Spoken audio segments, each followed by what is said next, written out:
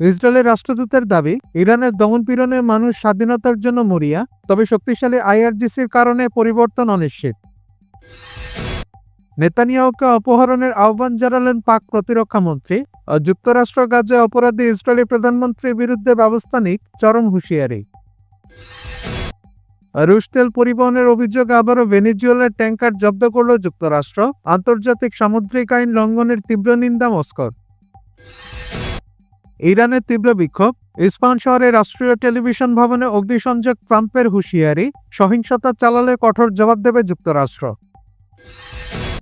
ইউক্রেনে পশ্চিমাদের সেনা মোতায়েন মানেই যুদ্ধ, ফ্রান্স ও ব্রিটেনের যৌথ বাহিনী পরিকল্পনায় রুশ পররাষ্ট্র মন্ত্রণালয়ের করা সামরিক হুঁশিয়ারি।